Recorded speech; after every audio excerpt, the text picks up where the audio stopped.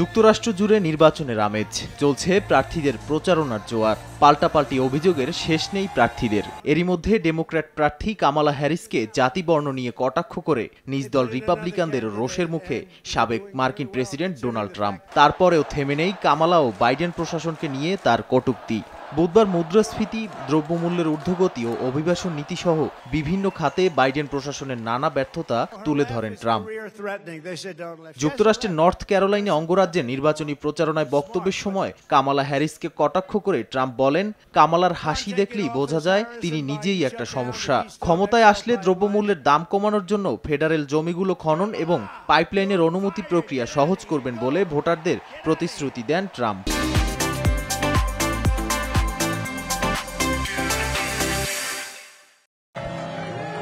এদিকে মিশিগান অঙ্গরাজ্যে নির্বাচনী প্রচারণায় ট্রাম্পের রানিং মেট জেডি ভ্যান্স দাবি করেন, ডেমোক্র্যাটদের ভোটে মনোনয়ন না পেয়েই জাল টিকিটে প্রচারণায় নেমেছেন হ্যারিস ওয়ালস।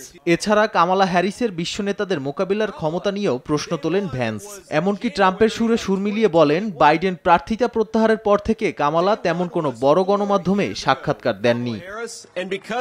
নাদিম মারজান, সময় সংবাদ।